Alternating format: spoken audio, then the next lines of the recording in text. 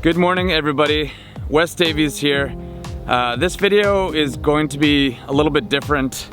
So actually I wasn't even going to make a video about this in the first place. There's already so much information and misinformation out there from health experts, politicians, concerned citizens, not to mention other YouTubers.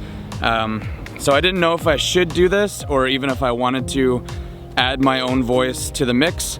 But suddenly this pandemic is hitting a lot closer to home than I ever thought it would. So I just learned a couple days ago that the Prime Minister of Canada, Justin Trudeau, his wife, Sophie Gregoire, has tested positive for the COVID-19 virus. She's the First Lady of Canada. It's crazy. She's supposed to be safe from all of this, right? And now our Prime Minister, Justin Trudeau, is in a self-imposed quarantine for 14 days. So I know this pandemic has been devastating for everyone, obviously, for so many people all around the world, and I really feel for all of them.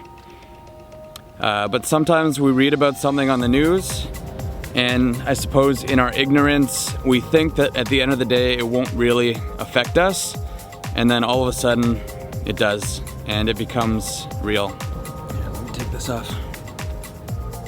What it feels to me, it's almost like a huge stack of dominoes has just been pushed over and all of the pieces are just starting to fall one after another. I woke up the other day and it was announced that my favorite sport, hockey, the NHL, the season has been canceled or at least postponed. Same with basketball, baseball, golf, tennis, soccer, all games postponed or canceled. The Junos, which is like Canada's version of the Grammys, music awards ceremony has been canceled. Parades, concerts, large events all over the world, canceled. Even St. Patrick's Day celebrations pretty much canceled. And I just learned that all across Ontario, the province where I grew up, they've closed all of the schools and universities for at least 2 weeks. Google, Yahoo, Facebook, all of their workers were told to stay home from work. Apple stores worldwide are shutting their doors. The stock market is crashing. People are losing their life savings. These days, reading the front page news feels like we're living in the apocalypse. But before I get too negative here, I do want to offer some positive thoughts. So we've been through worse before, right? And I think as long as we stick together and help each other out and make smart decisions, we'll make it through this together, just like we've done before, just like we always have. They say that an ounce of prevention is worth a pound of cure, and that old adage couldn't be more true than it is today, right now. The more we do to limit the spread of this today, the better chance we have of stopping it. So I know people like wearing these masks and using these hand sanitizers, and I think those things are definitely important. But there may be other steps that we can take as well in order to stay hygienic and keep healthy. So if I had any tips through all this, they would be these. So number one, obviously, wash your hands. But when you're washing your hands, use soap whenever possible. Hand sanitizer might be good, but it's starting to look like soap might actually be better to curb this outbreak. Because this virus, it has a weak lipid or fatty bilayer or outer layer, and soap dissolves this outer layer, which in turn renders the virus inactive. So when you can, use soap. So number two, as you may have read, masks might not do as much as we thought to prevent you contracting this thing. But if you do feel sick or are exhibiting symptoms, masks may prove incredibly useful in preventing you transmitting it to others. So I think it's important when you're wearing the mask also, don't, fidget around with it too much because then you're just touching your face again. Number three, which I think might actually be the most important, it sounds obvious, just stay healthy.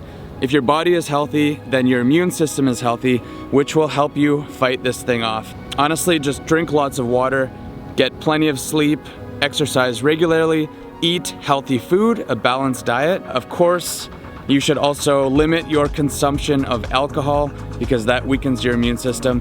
And if you're a smoker, this would definitely be a good time for you to quit. This is a disease that compromises your lungs, and smoking weakens your lungs. So lay off those darts. One last thing I wanted to touch on here today is education. And I'm not even sure if that's the right word for it. So right now, there are certain countries that we can look at which are sort of experiencing, you could say, a best case scenario during this outbreak. And one of these countries seems to be Taiwan, where I live. So Taiwan is actually dealing with this situation with quite a high degree of success. You know, we read the news, we see the tragedies that have occurred, but thankfully Taiwan has been a constant through all of this ever since this started breaking globally in January. It seems that Taiwan has been actually able to control this virus, relatively speaking, right from the start. So now experts from all around the world are looking toward Taiwan to try to figure out exactly what they're doing right here to keep the confirmed cases to below 60 at this time, when so many other countries have hundreds, thousands, or even tens of thousands of cases. It seems that Taiwan actually learned a lot from the SARS crisis in 2003, and so they were actually far more prepared than other countries to deal with this outbreak. From what I've learned, some key ingredients to Taiwan's success seems to be that they have a centralized, dedicated command center to focus on the ever-changing situation. They have vigorous airport screenings and strict border control. They have an efficient, affordable, single-payer healthcare system which covers most people's healthcare who are living in Taiwan. And they've also had fast and intelligent decision-making from its leaders. So I don't want to get overly political here, but I think it's just such a shame that at least by the time of recording this video, Taiwan has not been invited to participate in the WHO, mainly due to objections from Beijing. So not only does this hurt Taiwan, but it could also hurt the global community as well. Because to me, it's very clear that Taiwan has so much to offer during these uncertain times, and I'm so glad that my Prime Minister, the Canadian Prime Minister Justin Trudeau, as well as the Japanese Prime Minister, they have actually called on the WHO to allow Taiwan to join. But at this point, we can only wait and see what happens and cross our fingers. Either way, we know that Taiwan is not invisible to the world, and no matter what, we can all look toward Taiwan as a great example of how we can do our best to beat this thing, even when it seems like an uphill struggle. Actually, my mom was supposed to come to visit me in Taiwan this month. It would have been amazing. She would have had such a great time here. Unfortunately, she had to cancel her trip due to some of the flight restrictions. And a friend of mine actually made a joke that maybe she'd actually be safer here in Taiwan. But hopefully once this blows over, she'll be able to come visit me. Okay, let's finish this video. I want to go explore some of this beautiful countryside. I'm up here on the northeast coast of Taiwan in Yilan. It is absolutely beautiful out here. To anybody who's sick, my heart goes out to you. Get well soon. And for those of you who are healthy and stay smart, because I know we can overcome this together. And please remember, Taiwan can help. We should all be proud of Taiwan.